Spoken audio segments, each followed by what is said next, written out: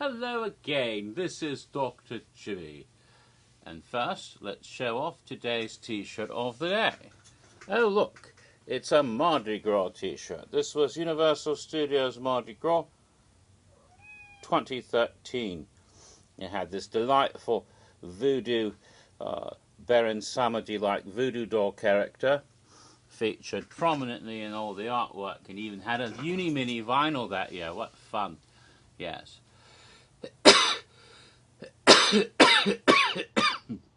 Excuse me. Did I hear a meow? I think Lenny is here somewhere. She may pop up at some point. She's that sort of cat. Don't see where she went though. She's very fast, very elusive. Alright then, let's get back into Halloween Horror Nights 25. This being my third video, I believe, for the event of Universal Orlando Halloween Horror Nights 25 at Universal Studios Florida in the year 2015. Oh, there's Lenny. She jumped in the back of the chair. What a silly kitty. There she goes. She wants to see what's going on. Well, before I get right back into the haunted houses, if you remember, I've already covered the first haunted house, Jack Presents 25 Years of Monsters and Mayhem. It's a tale, yes. But before I go on to the next house, I realise I have left something out. I forgot to talk about a couple of things that happened before the event began. There's a couple of interesting things that did happen that I really should have talked about. Some promotions. One of the promotions came from Universal's social media group, basically. They wanted to promote the event with something a concept called Jack's Maniacs, hashtag Jack's Maniacs. And that campaign started. They selected certain individuals who are fairly active on Universal's social media, especially their Twitter. And they sent some of these individuals something in the post during the summer of 2015 prior to the event beginning. And when they got a package, they opened it up. And what was inside? It was a box of popcorn. Just like you get at the cinema or maybe at a carnival or a sporting event. You know, those red and white striped boxes of popcorn. With the popcorn is, would you eat that popcorn? It came in the mail. It might be stale or might be icky. But that wasn't the point. You see, you pour the popcorn out and look inside the box, and oh my goodness, open the box up because it's all written inside. Someone has taken like a felt pen and scrawled all kinds of crazy stuff inside the box.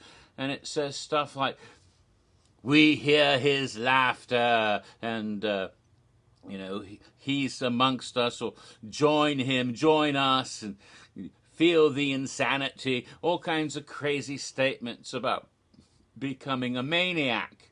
And one person in particular they're focused on, it's Jack, of course, and it's encouraging you, a little ha ha ha ha ha ha ha ha ha laughter written out like, you know, like the Joker would do, and all this kinds of crazy stuff.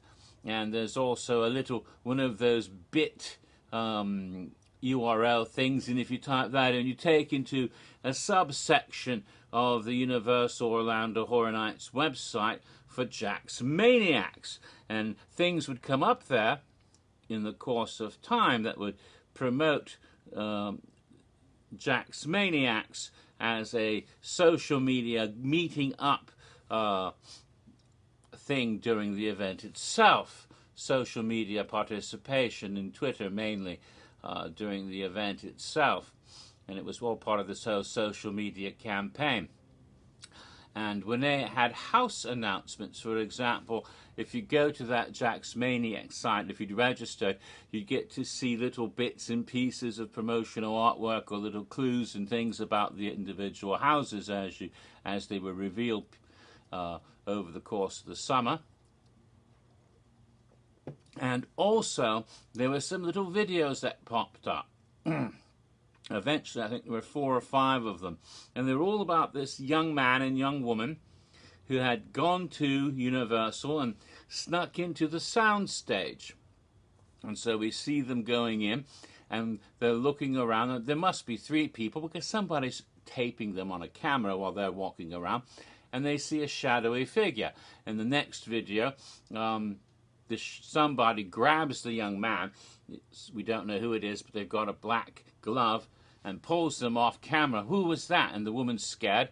And next one, she's running, and she goes into a room where there's a dressing mirror, you know, the kind of mirror with the lights, and she looks in the mirror, and suddenly Jack's face appears superimposed, and she hears the music. This music keeps popping up, you know, da-dan, da-dan, da-da-da-dan, da-dan, da-dan, da-da-dan. And so she, you know, Pop Goes the Weasel, which is Jack's theme song, and so she's freaked out. And then someone drags the cameraman off camera. You see his little feet as he gets pulled off, and the camera falls down. And the next video, she picks up the camera, and so she's running with it. And it's all like crazy because, you know, she's holding it while she's running. But she gets to her motor car and puts it on the front seat. And she's there trying to start a car, and her car won't start. And the radio starts playing Pop Goes the Weasel. Uh-oh. And then some hand comes up from behind and drags her into the back seat. So what happened to these nice young people? Well, somebody got them. That's what you get for sneaking in. So it was kind of silly, but these were used to help tease, you know, the videos released like over a week, you know, from over 4 weeks, 4 or 5 weeks, however long, how many videos they were. Now, the other little promotional thing that happened before the event began was for the media, because every year they usually send out a sort of media gift.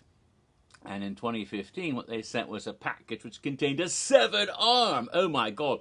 It had stuff written on it and, you know, inviting you to Horror Nights in 2015. But it was holding a selfie stick with a phone, an actual working phone attached to the selfie stick. If you turn the arm over the other side, scrawled into the flesh, carved in, were the words, PS, no selfie sticks. Oh dear, that's a rather harsh way to let you know you shouldn't take one.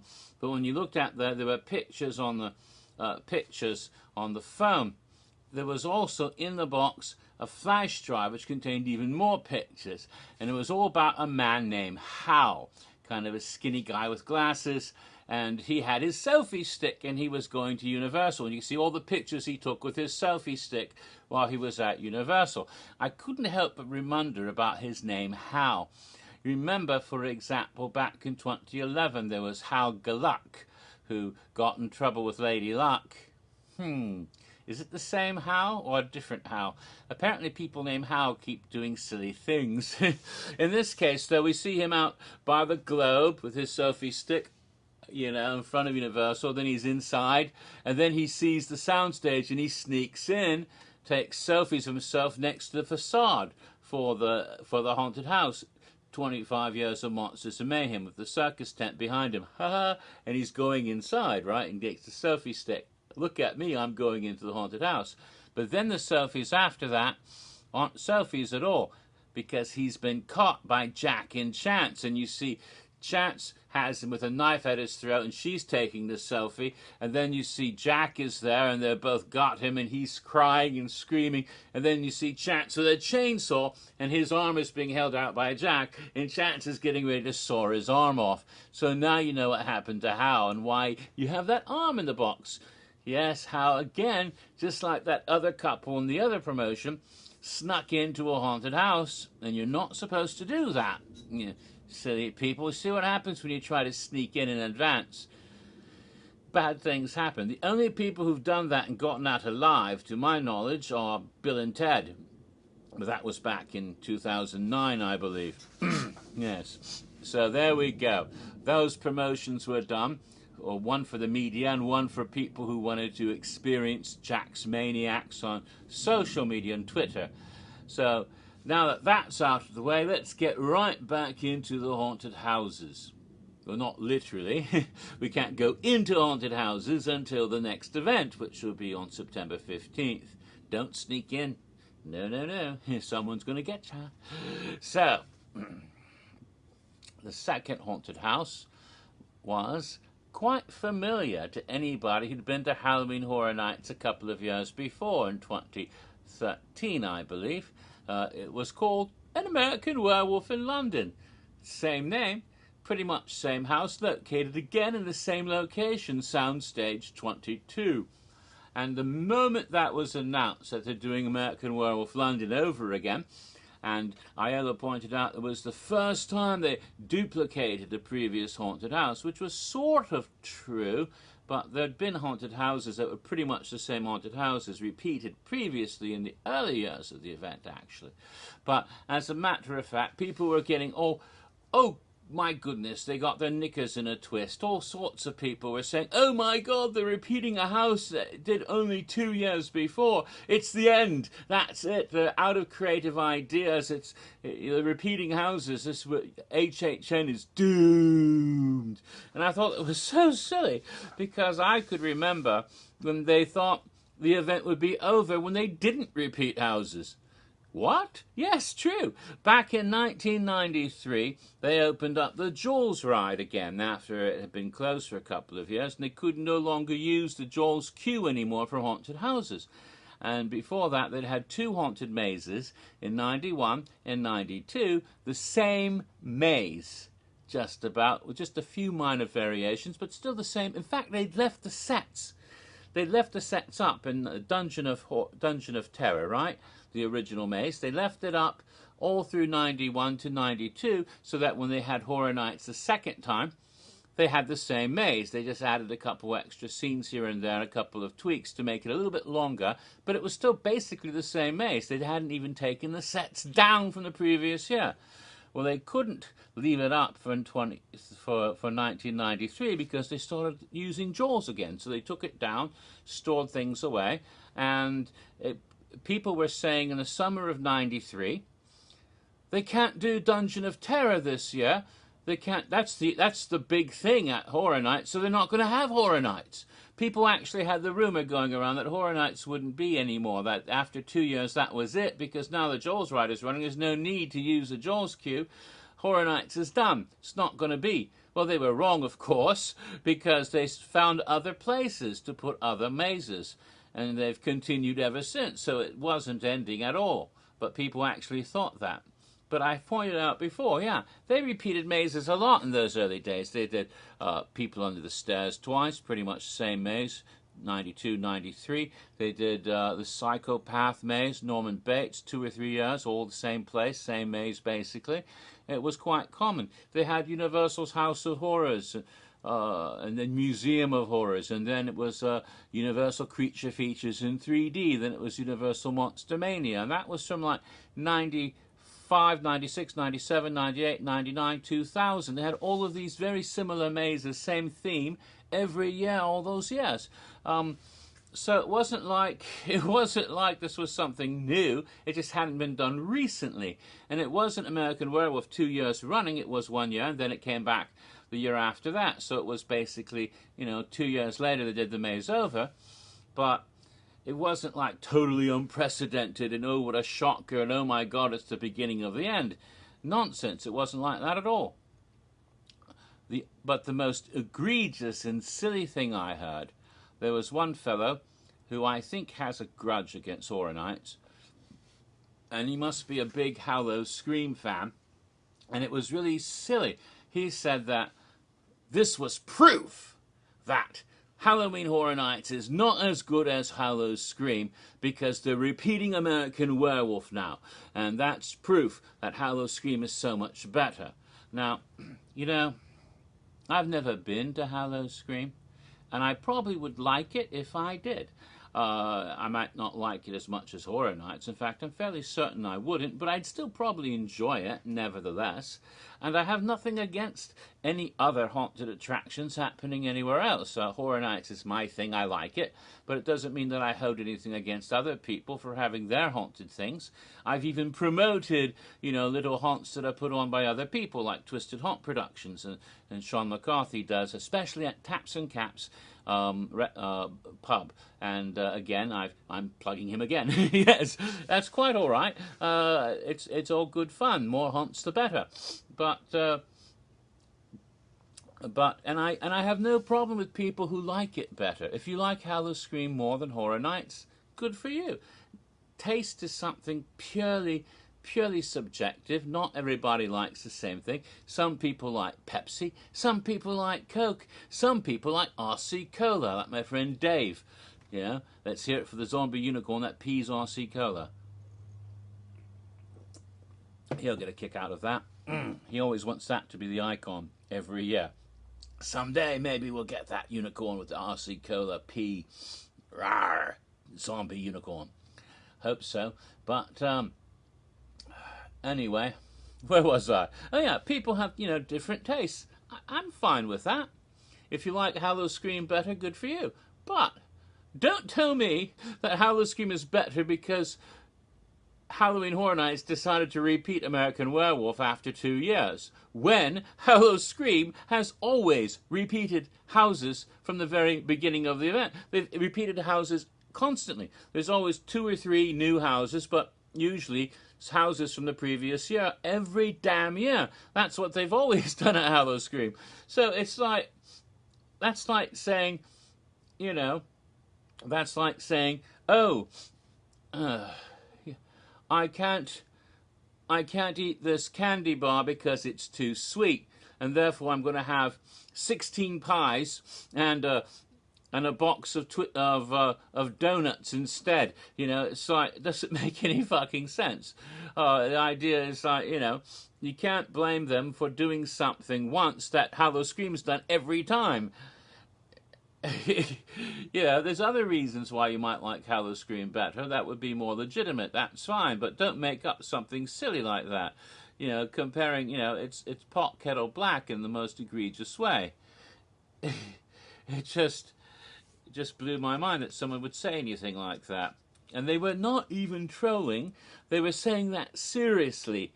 So that means there's something wrong with the mind of the person who says that. I mean, something logically broken. His thought processes aren't working correctly. I'm sorry, there's no way I can interpret it any other way. That's why I'm not naming names, because that would be rude. So, there we go. It wasn't at all like that. So they did, that being said, did I think it was a great idea to bring Werewolf back? Not really.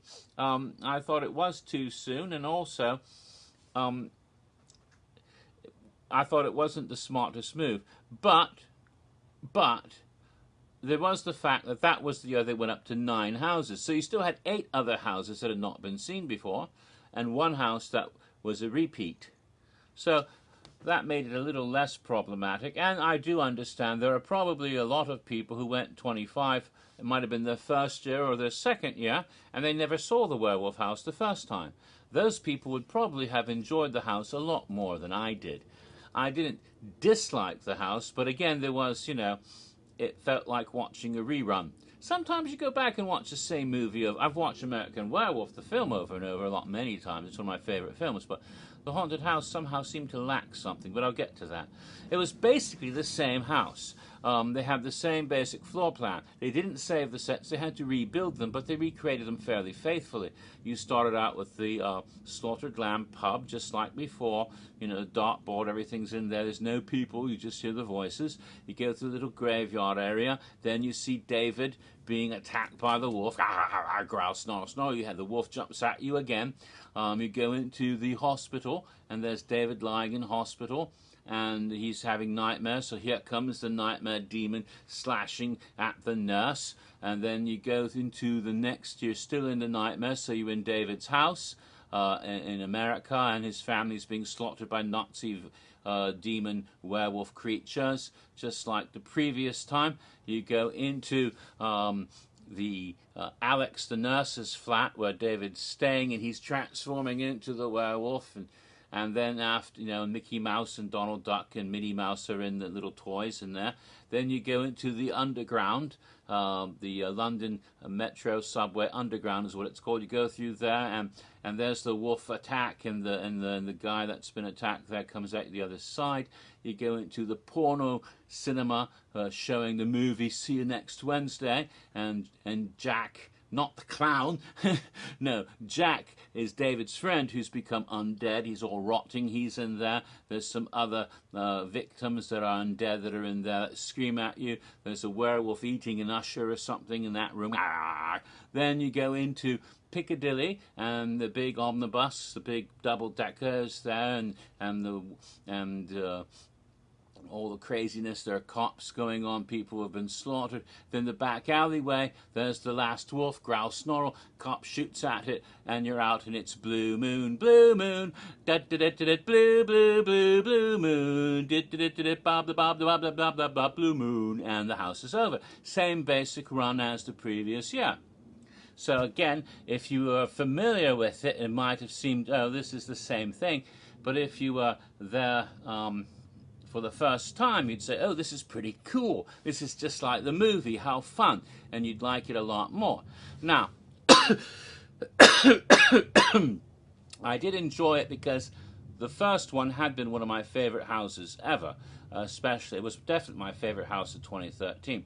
Not my favorite house of 2015. That was Jack Presents 25 Years of Monsters and Mayhem, which did have also some familiar sights, but were done in a twisted new way. This one did have a few changes, though. It wasn't exactly identical. There were just a couple of little things, some things added, but some things taken away as well. What was added? Well, the wolves were newer, better, improved. They rebuilt all the wolf puppets. The old wolf puppets, they didn't keep those. They sent them to California, and they had been used in their American Werewolf in London maze that was there in California for Halloween Horror Nights 2014. That previous year. So that's where those wolves went. So they made all entirely new werewolf puppets, and they had big nasty teeth, and they were much fiercer looking and more bloody, and bigger bloody teeth, nasty, snarly. And so that was, you know, the wolves were improved in their appearance. They tend to work a little better than the previous wolves had, more consistently. Of course, from the very beginning they had all the demon nightmare makeups and masks, so they didn't have just guys wearing Nazi uniforms in the one scene, which was kind of weird during the opening week like it had in 2013. So that was cool. But they added something.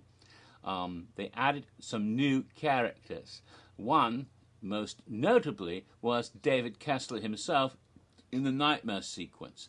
When you go into David Kessler's house in America and his family's being machine gunned and killed, they have David in the corner with that one Nazi guy with his knife to his throat during the whole scene, and then climactically slashes, and his hat falls off.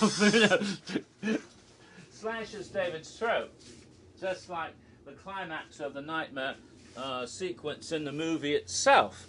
So it's like they recreated that moment, that, you know, and then David wakes up and it's like, holy fuck, or whatever he said at that, holy shit, whatever he said at that moment when he woke up, and it's like, and then of course, you know, it turns out he's not done dreaming, but it was quite horrific for poor David in the movie. But you do have that sequence where he himself is his throat slit. Interestingly enough, you get a lot of slit throats in 2015. Several haunted houses and areas had and shows had throat slitting. It almost seemed to be a little mini theme going on.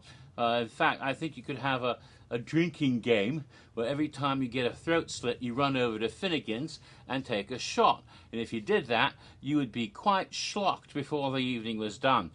Because the number of throat slittings, I think there must have been 5 or 6 throughout the entire event, but I didn't bother counting them, but there were quite a few. So where was I? I was talking about that addition. That was one little thing that was added in. The other major addition was an extra wolf. There was a wolf that hadn't been seen the previous year. When you come out to the porno theater and you go into Piccadilly, you pass a large display window in a shop, and suddenly there's the sound of breaking glass, and the wolf comes out of there. Ah! So, oh my God, there's a whole new werewolf that wasn't in the first house back in 2013. So you have the addition of David Kessler in the nightmare sequence, and you have the addition of another entire werewolf, and a whole new werewolf puppet added to it. So you did have that, but simultaneously, stuff was removed from the house as well, inexplicably. And some of those really left, if you'd gone through the house the first time in 2013, you missed those things, because you're expecting to see the same things in the house, and when something isn't there, you go, something's wrong. And one of them was the first appearance of Jack. if you recall, back in 2013, during the transformation room, you hear Jack's voice saying, "You must kill yourself, you know, and end the curse." And that's still there in 2015, but Jack isn't in the room. Jack doesn't come popping out from a boo hole. The boo hole's still there, but there's no scare actor to pop out of it. And every time I went through this house dozens of times, I never saw that other Jack. They didn't have that. They only had the one Jack in the cinema, where he's sitting in the cinema chair and he leaps up at you. And of course, Beth was a scare actress playing one of the victims. Beth is wonderful. But she didn't have as much to do in 2015 as she had previously. But she was one of those victims in that cinema scene. So she got to sit there watching porno movies all night. Lucky thing. Not as big a part as Rosie the Fox Girl, mind you, but hey, no, but hey, it was still pretty cool to be able to see her again in Werewolf. Oh, something made a noise. That's so my phone. Somebody tweeted something and it told me about it. I look at it later. So as I was saying, that was one thing they removed. The other thing they removed was the TARDIS. In Piccadilly in 2013, there was a police call box. You know, looks just like a TARDIS, right there in the middle of that scene. And there isn't actually a police call box in Piccadilly Circus. Not even in 1980, I don't think they had one there. So I guess it was just thrown in as a Doctor Who gag.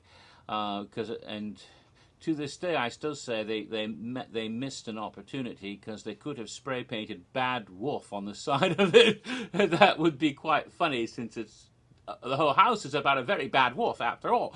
But the whole police box was gone. There's still cops in the scene, but where the police box had been, there was just like an empty space. It was like, you feel like, what's missing here? So they added a new wolf, and they added a new scare actor in one of the scenes, but then they took a scare actor out of a scene, and they took away that prop. And I couldn't figure out, do they have to, like have a one-to-one replacement? I don't know. It just seemed odd that they took those things out, because if they left them in, the house would have been so much better, and I probably liked it better. But I think part of it also, I don't want to fault the cast. There were some great people in the cast, but somehow it just didn't click the way the first one did. I think part of it is the way they were supposed to do it. The first time, the scare actors were allowed to scare on their own recognizance. So as someone goes by, they'd scare them, right? This house was set up like so many houses have been more and more recently, where they have specific cues on a recording. The music will play and there's a sound effect. It's not, not the actor pushing a button himself. Like on the floor, there's a little pedal, he steps on it, that says E-prompt, and then the sound effect and the lights, and he comes out and scares. In this case, it's on a timer. So every few minutes it goes off and the scare is done. And when you do it that way, mechanically, it's almost like going through a ride, like, and every so often the effect happens. It becomes almost mechanical rather than, it takes the human element out a little bit, and that always hurts a house, especially because sometimes it causes weird shit to happen. Say, for example, one walkthrough of the house, there weren't a lot of other people near me, okay? I know the guys in black with the flashlights, move up, move up, move up. But sometimes there's no one in front of you at all. And so you're just going through the house, and if you're not quite where you need to be for those mechanical prompts to go off, well, let's put it this way. I was in the London Underground, and ahead of me is the wolf scare. And there's no one ahead of me at all. The thing goes off, the wolf comes out and scares nobody. It's scaring imaginary people, several feet in front of me. Then it goes back in. I walk past, and it's still in its boo hole. It's not coming out because it's not time to come out yet. I go by, someone behind me hopefully gets scared. Maybe no one gets scared if there aren't a lot of people, and that, Before, the puppet worker would see when people went by and would scare them. Now, they have to come out even if there's no one there. Ah. So, it's like, it throws the whole thing off. So that's just one thing I noticed. That may have had something to do with it, because there were a lot of the scares that were done like that. I understand why they do that. It has to do with safety issues and other things, but at the same time, it can throw a house. There are some other houses, Insidious, the same year, had the same issues, although usually that house was so crowded it didn't really matter. But frequently, if you have less crowds, it becomes weird, like I had described. Alright, well, that's all I can do for today, but I pretty much wrapped up American Werewolf in London. Not necessarily all I can do today, but all I can do for this video.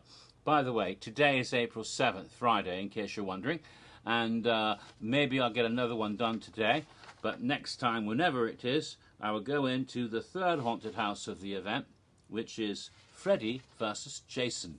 So until then, hang on to yourselves and enjoy the scary April. It's only 5 months. 5 months and a couple days to Horror Nights. In fact, it's 161 days. Exactly 23 weeks to Horror Nights. So, anticipation.